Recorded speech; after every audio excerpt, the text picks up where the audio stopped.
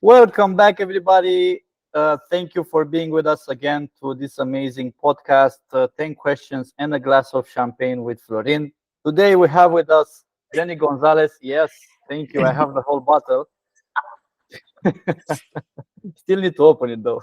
I can't because I need to drive back. But this bottle is promised at the Affiliate Expo with all the other participants. Not well, that will not be enough, but yeah, you got the idea.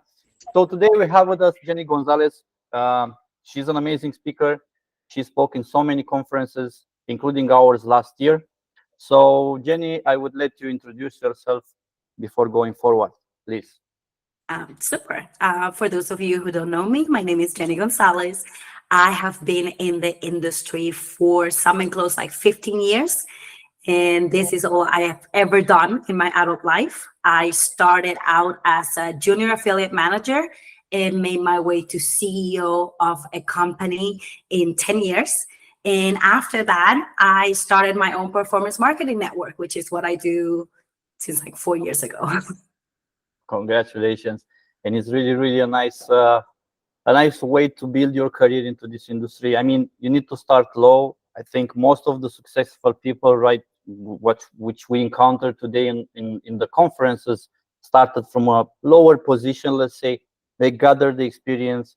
They succeeded to learn, from the basic stuff to the more advanced, and build your path. And I'm so glad and proud of you because I Thank you. also consider yourself one of the most proficient and, let's say, professionist from this industry. I would put this word because this industry doesn't have that many professionals as we would think, unfortunately. Yes, But but it's a young industry. it's a young industry, exactly. And I started myself as 15 years ago, more or less, as well as an affiliate. So I was even on even a lower scale because I started by building websites. Then I become an affiliate manager for my own network, and then yeah, I moved into the software development, which is what I'm doing today with Traffic Manager, which, by the way, is an affiliate tracking platform. So whoever doesn't know my company, this is what we do. But today we're not here to speak about that. Today we're here to speak about you, Jenny. And yeah, this podcast is organized by the Affiliate Expo conference, which I am proudly part of the organizational team. And yeah, the last year you've been a speaker. I really enjoyed having you with us. It was a really, really great event, in my opinion, in terms of the presence and the quality of the people which attended. Even if we weren't like a huge amount of people, in my opinion, the essence of the industry was there, and this is what I pointed to have. No, it was Okay, super interesting, especially because I used to go to this conference when it was much smaller and it felt more like a meetup. And I have to say, I was pleasantly surprised with the organization, with how professional the stage, how professional everything was, the schedule, the level of people. It was honestly like a very good experience for me, at least as a speaker. thank you so much. Yes, well, this event started in 2018. For who doesn't know it, as a local event, the organizers started it as a meetup actually, and until 2022, it was still under an Italian, let's say, company or group of companies.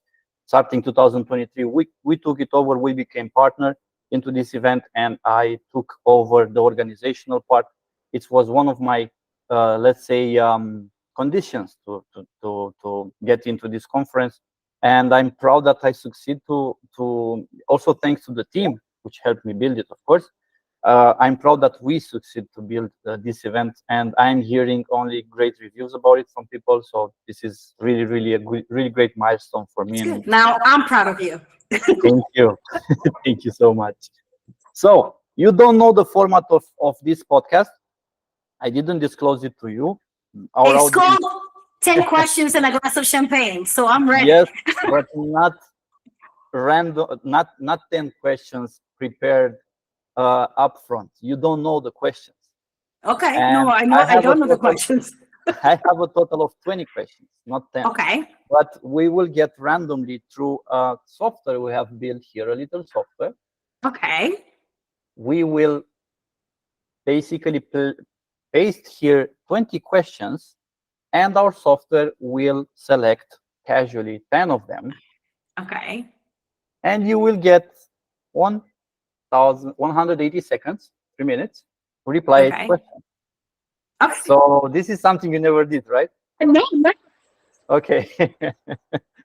Before we proceed, please, guys, like and subscribe our video to our channel. Sorry, you guys need to give us a hand to grow this channel. This is a new channel since the conference never had a YouTube channel. We just started it.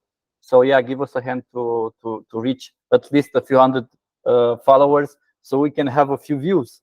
We don't expect to reach the 100,000 followers, prize that YouTube is sending, but still we want to target those which are eager to learn from professionals from the industry, which are eager to find out more about the people which helped to build this industry until now. Because at the end, guys, like persons like you, male and female, helped shape the industry as it is right now. And we are also the ones which need to educate the guys which are coming from behind. So yeah, let's start. Okay. The first question: what is the biggest challenge the industry is facing at the moment from your point of view? Transparency. I think transparency and professionalism. It has evolved so much that now you don't know who is the advertiser, who is the publisher. Everything is really blended, and sometimes it feels like everyone is out to get each other. It depends on like where you like do business, but I think there is enough money for everyone. And if people talk to each other, collaborate, there is just so much more money to be made.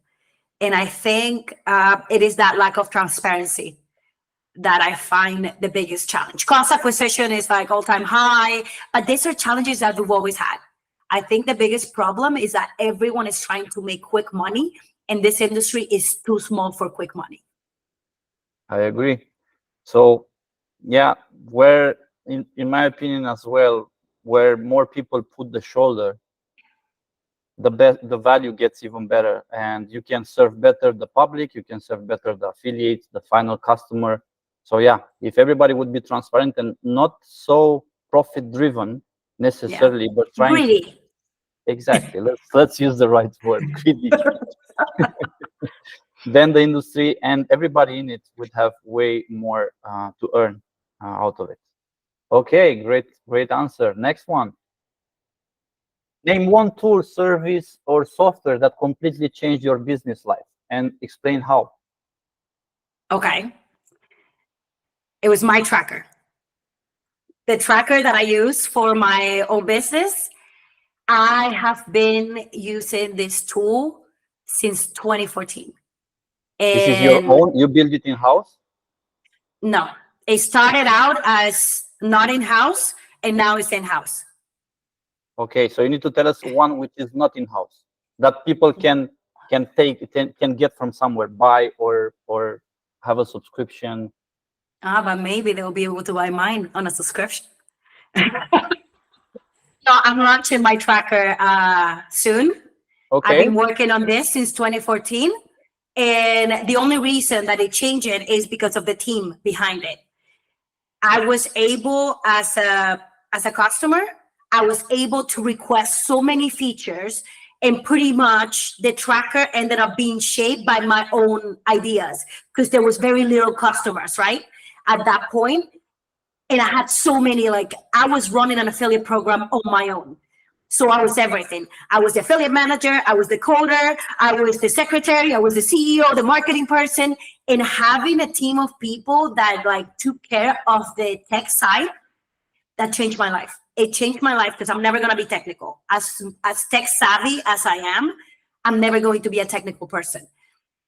So I think having the right tool, it really helped me.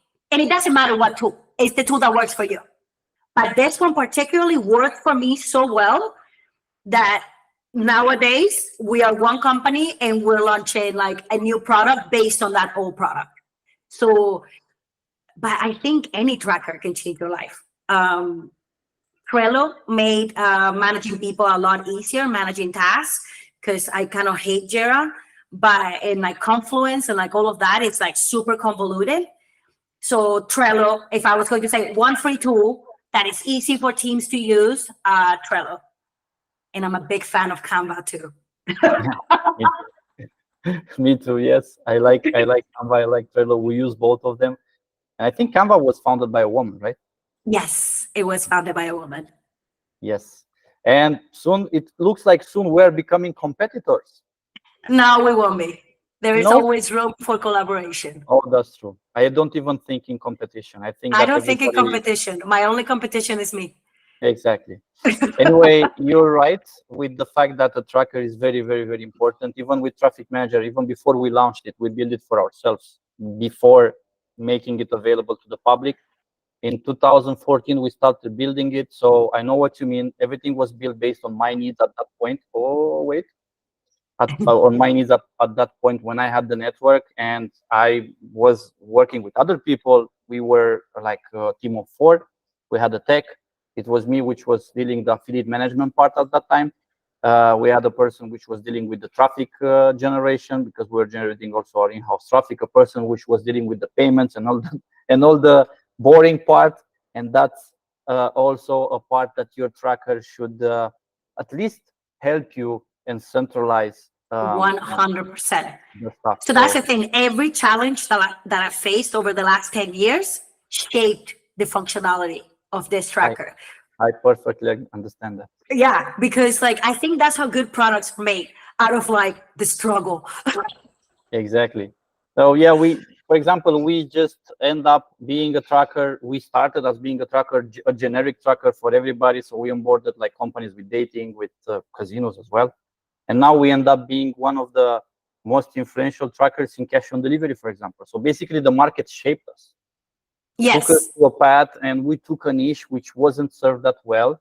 We are one of the, at the moment, we're the biggest technology provider in Italy and one of the biggest in Europe when it comes to cash on delivery companies.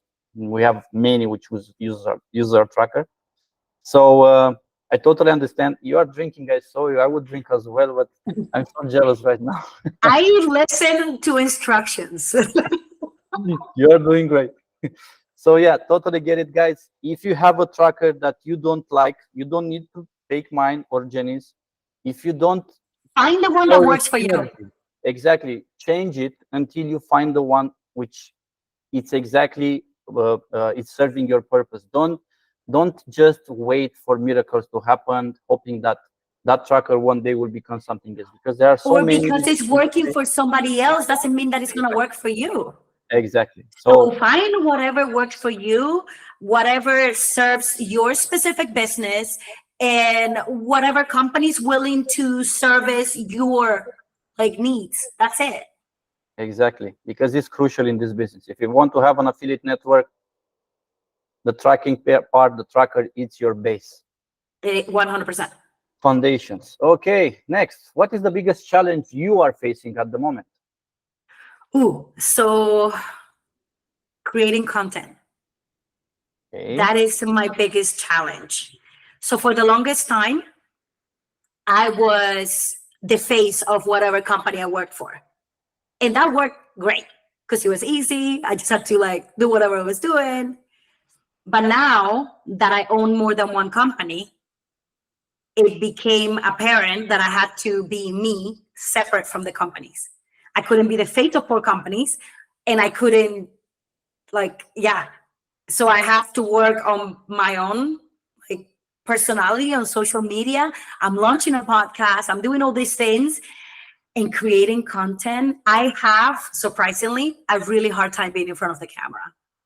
But that is the content that performs best. And I'm like, oh, it's like so challenging. And it's something that you just have to do over and over again and understand that it's going to be terrible. When you start, it's going to be terrible. But the more you practice, it's going to get better. But I think that is my biggest challenge at the moment. Having the discipline and consistency to create the content, knowing that I'm not gonna like it, and still put it out there. I think that is my biggest challenge at the moment. You wouldn't say it because I saw you on the stage a few times, not only one time, and you are completely relaxed. Besides this, you performed on the Web Summit stage, which is one of the biggest affiliate I know, summits. 70,000 people. Exactly. It's a big And conference. I think it's just a way of how you see yourself, looking for the Yes, perfectionism. 100%. It is that, yeah, looking for my own perfection. I'm my worst enemy. Because Exactly. everyone's like, oh, We man, are it all, was great. And all I'm thinking about is like, oh, but I said this and I wanted to say that. And in this moment, I like did a pause. Like, it's insane. It's a crazy little place in my head. you told me something about this in Dubai, but we will we will keep that out of this podcast for now. Okay, really great answer. Next one. Described in 3 words the Affiliate Expo conference. Educational, fun, networking. Nice, love it.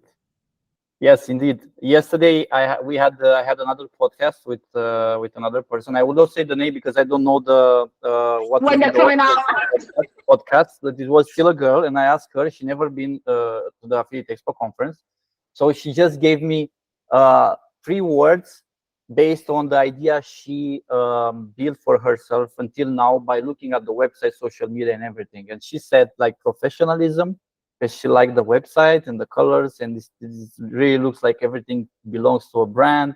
So with what are you saying, the words you said are exactly the words I was hoping to get from everybody, because this is the basically the goal we have with this event, to be like a familiar, friendly place where you have fun, do networking, and you can get a lot of insights and educational content, not only for your social media or whatever you are doing while you are a speaker, but also as an attendee, you learn stuff.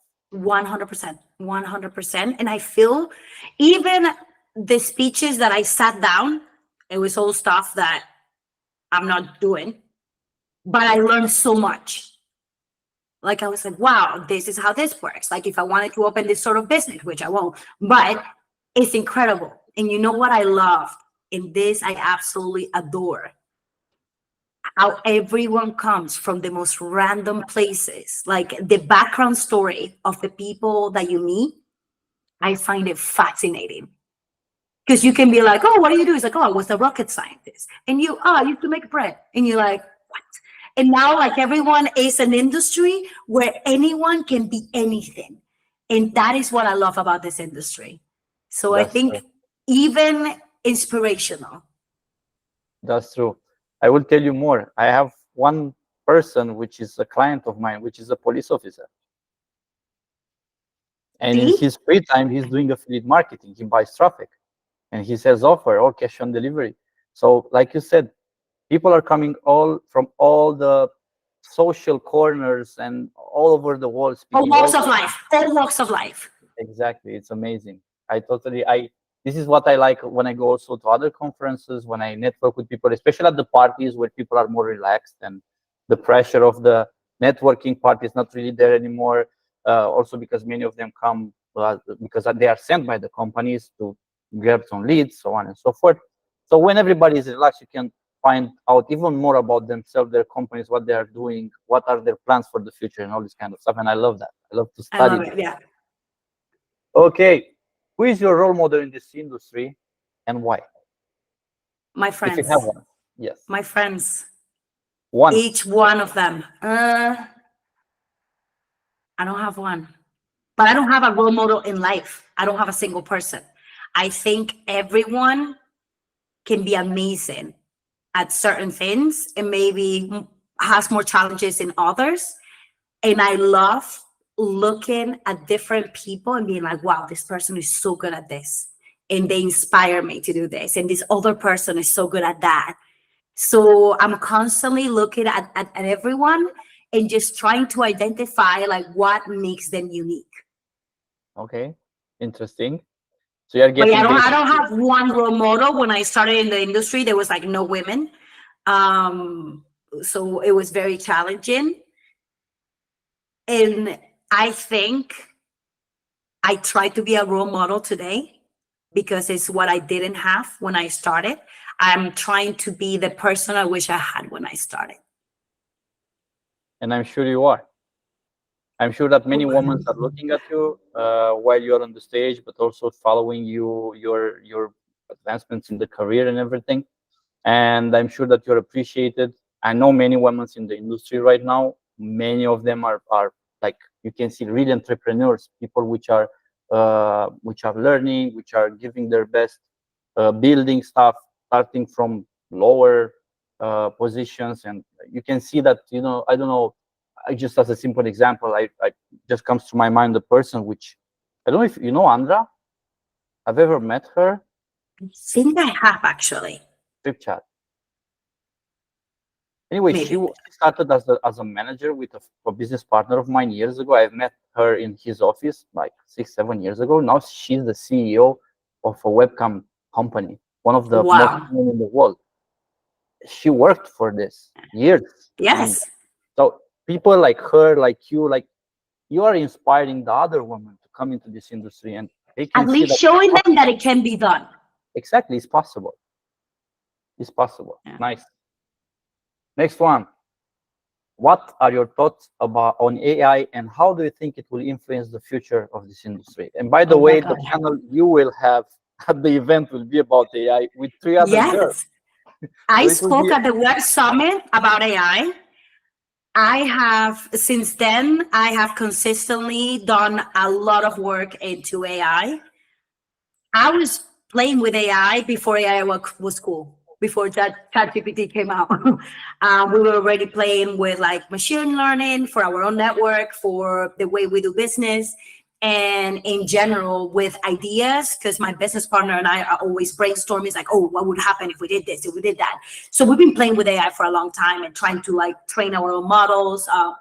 So I've done a lot of research on like the good, the bad, the ugly about AI. I love it. I honestly love it. I think AI will be long term is going to reshape the way we work and the way we do business. But I think for the good.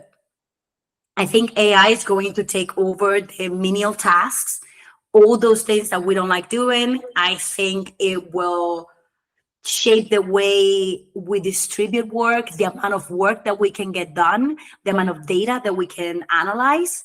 But that long term, AI is going to help us be more human, connect with our humanity, connect with our creativity, connect with our emotions. And the more human we become, the better marketers will become. hmm. So basically AI will help us have more time for ourselves. It's not necessarily for ourselves. We might be working, but we'll be working on different tasks, on Yeah, like using our brain differently. And I think that's when, like, imagine instead of like coding something, instead of like looking at data, you're trying to think what makes you tick as a customer, and you come up with the right angle and you build the flow. And now you have a higher conversion because now you're trying to engage with your customer emotionally. And people do business with people. yeah, So it is those emotions that are going to trigger sales. that's true.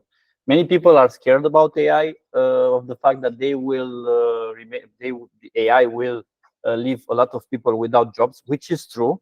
But I don't think True. that those people should remain without jobs. They just need to, you know, Retrain.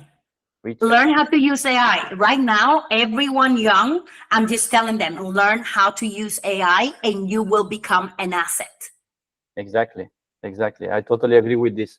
When we started Traffic Manager, I mean, before even Chat GPT and all the other Copilot and whatever for the coding help, let's say, from Chat GPT, which is based on everything which they learned in the, what's the name? No, it's coming, slipping to my Uh-huh. mind. Oh, Microsoft. they had to fire a bunch of people. No, no, no, no. No, not about this. The Copilot. Anyway, this is Okay. a side product of ChatGPT, which was trained for programmers specifically. So until this, we needed to have a team with around 15 people in the office. Right now, we have just 6. But those 6 which remained were the best guys. So all the mediocre people needed to either train themselves to become better or just change job. And this improved our production, Your quality, my your our cost, quality, my your cost. delivery. So we never fired people. We just told them like, guys, you need to be on a certain line. You need to deliver to a certain, you know, Standard. uh, exactly. If you fail doing that, it means that this is not the right job for you. So this is how I see AI as a tool that a single person can build a unicorn company by himself, because it has all these tools which is doing all the minor tasks and jobs for him and 100%. automatize a lot of stuff. So people should not be afraid, as you said about it, but embrace it, learn how to use it, learn to build prompts. And right now I'm using AI to correct, to edit my book, which will come this summer. I will launch the hard copy at the Affiliate Expo. So basically, I'm not a native in English. I write English, but for sure my Yeah. sentences are not okay. So usually, when you do this, what do? You You have send an it. editor. You need to send it to an editor. The editor needs to do all the stuff, and he needs to send it back to you. Maybe you need like 6 or 8 months to finish the book. I'm looking at right now. I trained my AI using another AI. Okay, I trained this, and I succeed to edit something like 30 or 40 pages per day, which is amazing. Wow. It is I mean, amazing. it gives me the suggestions he has with my tone, with my way of expressing myself, doesn't change too many of my words, just aligns them or, correct them from a grammar point of view. And then if I don't like it, I say, no, you have changed too many of my words. I don't like it. Give me another version. He gives me another version, until I have the one which I'm reading and I feel myself, I hear myself speaking with those words. And then this is the one which I publish and I consider like the final version. And Perfect. it's amazing. This is one of the, let's say, tasks that AIs will take over in the future, which is No, super. it's amazing. It is honestly, I think it's exciting. It I is. I think, yes, it's scary, but it's good scary. I I think you think need to ride the wave. we are at the infancy of AI. We Yeah, just started. We're like, it's going to be anything we make it be. So exactly. if we embrace it, it will help us. It will get us be like, yes, it's going to change the way we work, but I think it's for the good. It's exactly how years ago the metallurgic industry changed, right? Before people were going with the in the factories and they were sitting like and they were doing all this hard work. People were dying before they were Yeah. reaching 40s, working in those factories. Right now, people just manage some machines or some big ovens or whatever. Like But they had to learn. They they had had to to. retrain themselves instead of doing the manual work to learn how to work the machine. And Exactly. those people now have better salaries, they have a better life standard, they live longer. So, yes, it changed and it was scary, but look how far along the industry has come. Exactly. Amazing. Okay, next one. How did you end up in this industry? Ah, super fun. Um, okay, I was a translator. Okay. Literally, I used to be a bartender.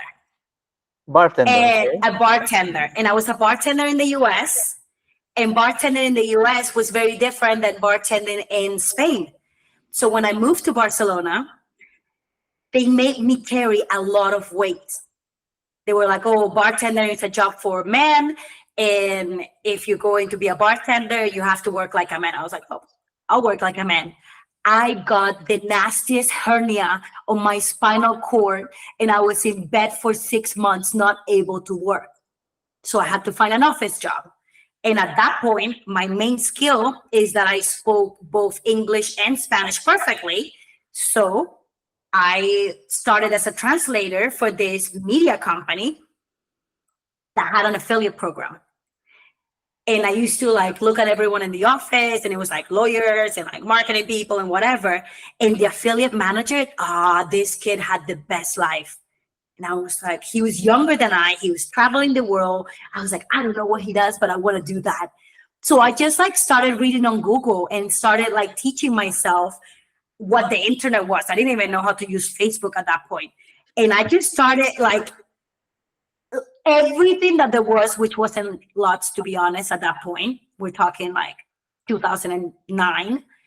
Um, I just read everything. I did every Google course. I did everything I could. And I talked my way into my first like affiliate manager job. That's how I started. Totally random. Yeah, amazing. Usually, yeah, all the starts are for a need at a certain point to pivot and change your job, because either you so the people I've met until now, especially affiliates, were either having a job where they were like really low, underpaid, and they needed like an extra income, or people like that, which they saw someone and said, I would like to do that. How can I do it? But it's not easy, neither difficult for whoever that is not in this industry. However, you need to work your ass. It's not that you You will need get. to be able to teach yourself. Yes, I think that is the biggest skill that you require to thrive in this industry. Have the ability to research and teach yourself anything you need to know. All the information is out there, but nobody's going to hold your hand. exactly. That's the point. I had in the past, when I was an affiliate, many people was asking me, how can I do what you do? I would like to do what you do. I love what you do. And I was giving them like the first tips on where to get the information. Guess what? Only one person, Yeah. only one person from everybody, all the other persons I tried to push into this industry is still here. And he's one of my associates actually. So But that's how it works. If I were to tell you the single question that I get asked the most on social media is like, oh, how can I do what you do? And I'll be like, oh, do this, do that. Nobody follows up. exactly, because it's too difficult. You need to have it in your blood. You need to want more from yourself. You need to be able to do some sacrifices. Maybe It sometimes you takes need it to, takes a lot of sacrifices. yes. And like you invest a lot of your free time then to have the free time now. Now, agreed. Great, great answer. What are 3 pieces of advice you would give yourself 10 years ago? Let's put it 15 years ago, before you enter Okay. into this industry. Honestly, I would focus even more. I wouldn't take myself so seriously. Okay. And I would take bigger risks. That's the second time I'm hearing the risk part. Many people, yes, they are blocking themselves because they are maybe afraid to dream higher. And And I they are, took huge risks. Like I was a crazy person. I moved countries, I left everything, like I did lots of stuff. But now, looking back, I was like, oh, I should have done even more. but risk is part of the job. And I think that when you become an entrepreneur, this needs to be a part of you. A guy which does a 9 to 5 job doesn't have any risk. He doesn't like risk. I want to get my salary at the end of the month. Maybe I do something extra in my free time, whatever.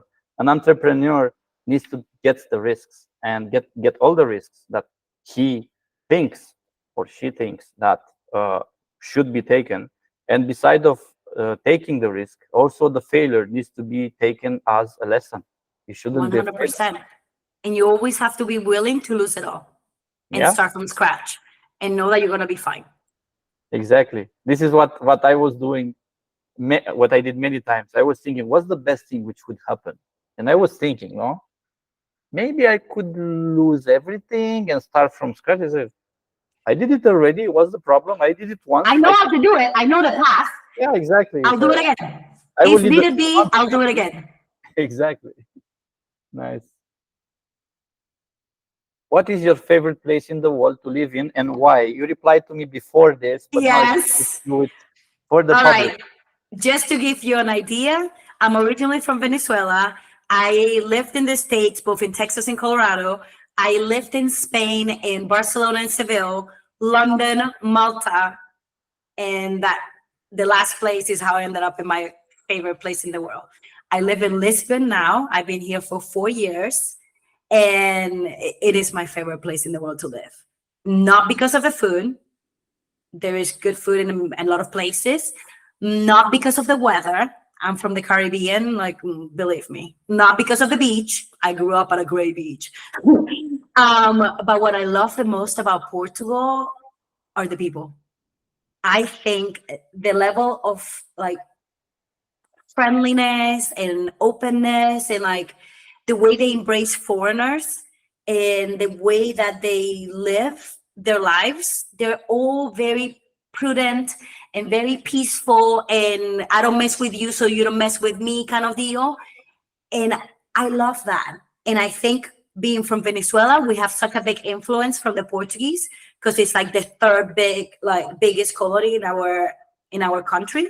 It's like Italians, Spaniards, and Portuguese. So we have a big influence from those three cultures. But I didn't realize how big of an influence it was till I started living here. So it's the first time in 23 years that I've been away from my home that I feel home. And it's like, it's wonderful. And it's a great base, direct flights everywhere. So I freaking love it here. It's a beautiful description. I live in Lisbon myself as well. Well, a few months a year, not like you. And yeah, I agree. The beaches are not the best, especially because the water is It's freaking cold. cold all It's the so time. cold. It doesn't matter if the tide is 40 degrees. They're You beautiful. Like you can be roasting outside and you go in, you're like, "Oh, I'm frozen." yeah, exactly. So not because the beaches But are I nice think there. the people are spectacular. Yeah. Which is your favorite place in Portugal? Let's say not outside Lisbon. Honestly, I'm like obsessed with all of Portugal. I have been like every little town, like this is what I do. I want to go to the little town and try the bread that the lady makes by hand in the like brick oven, whatever. Like I try to go everywhere. I think it is such a tiny country, but they have so many different places and they're all different. So I don't think I have a favorite place in Portugal. I think all of it, being able to explore the differences is what makes it special. Just in time. What is the best decision you ever made in your life and why? I decided to leave my country when I was 17, and it totally changed my life. It changed my future. It changed who I am. It changed my view of the world. And even though when you leave your country so young, like I finished raising myself because I was still a child. Um, it comes with a lot of challenges. You're not close to family. You're not close to like a lot of things that happen. You end up being slightly detached from your own culture, and you decide to be a foreigner forever because you're never going to be a local where you go, but you're never going to be a local when you go back. So you become an official expat for life. And even with all of that, I wouldn't change it for the world because who I am today was shaped by that decision. I did the same, I left my country when I was 17. I went in Italy to work as a bricklayer then because I didn't have any qualifications. So, and since then, yes, I feel like Italy is part of my heart. It's my second language I speak best. I speak it almost like a native. Romanian, of course, is my first one, then English. When I go to Italy, I feel like home, but it's not home. When I come to Romania, I feel like home, but it's But it's not not really home. And then I've been as myself as well, like you were in many places. I've been in Cyprus, I've been in Greece, I've been in Portugal, I've been in Gran Canaria, I've been in Spain. I don't know, you name it. but you're always a foreigner anywhere you Yes, go. yes. I still don't have. Well, I have that place, and I told you which one, Gran Canaria, Spain, which I really like it, and I would like to go there But for you're never going to be a native. No, I think my perfect way of life personally would be my perfect way of getting age, let's say, to live would be like in summer. I love Romania, especially where I live right now, where I stay right now. I have an apartment here. It's in Brașov, Romania, in Transylvania. The landscape is amazing. The food is good. The people are nice. The city is really, really great. But In summer, Winter. winter is freaking cold. I don't like skiing, so I want Okay. a warmer place. That's why I chose also Portugal. But yeah, I totally understand the feeling, and I never feel like I'm belonging somewhere. My girlfriend, my future wife, she's getting nuts with this. She said, "You are never happy where we're going. You always want something else." I like to see other cultures. I like to walk by the street, see people, what they are doing, what are they eating. Even when they fight, I found it so funny because I don't understand the body language, and we're finished. I don't understand the body language. I cannot interpret it 100%. And sometimes I look, it's funny how they are. Blah, blah, blah.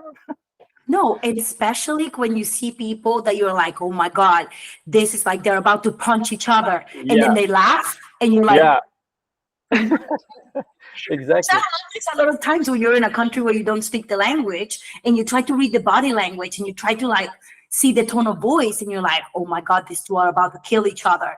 And then suddenly they'll laugh and they'll cheer and have a beer and you're like, what did just happen?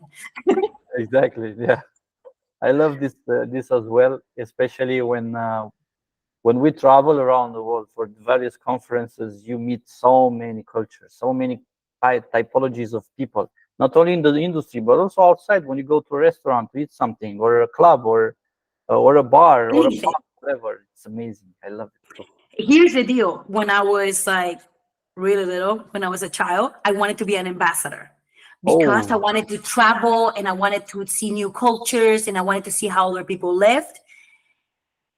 And like life is so crazy that I ended up doing everything that I liked about the idea of being an ambassador, doing something absolutely different. But that's the part of the job that I like the most. Getting to go to new places, see how people live, how they like everything, like all taking like something new, something what I like. Exactly how I was telling you that I like people and like I see everyone has something good. I feel the same with like places. I think every country has something like, wow, this is fantastic. And this other thing about here is fantastic. And ooh, I like this. So everyone's like, oh, what's the best country? What's the worst country? I'm like, there isn't. Like there is what you like, but everything, like every place has something unique and wonderful about it. So I that's get true. it. Totally agree with you. Oh, so we end up to the end of this podcast. I hope my questions were challenging enough. I think so. Yeah, I love the answers you gave. I think I saw. Well, I had the chance to meet you even better than until now. Even if we spoke Yes. a few times the conference and spent some time together, was never that, let's say, deep. I never know This is how you our deepest conversation ever. exactly. So I really enjoyed it. I hope you enjoyed it as well. I did. Thank you for being with us and for accepting my invitation, both to come at the conference as a speaker and to join my podcast. It's my first podcast, and I feel really comfortable when the people which I know and like and appreciate in the industry accepts my invitations, and you are one of them. Thank you again. Oh, thank you. It's been my pleasure. I'm honored both to be a speaker again and to be a guest in your podcast because that means I'm doing something right. You are doing great. Guys, thank you again. Follow, like, share, whatever you want. Help us grow, and see you all in Milan. Hope you guys will love to join us this year. If not, maybe the next. Ciao. Perfect.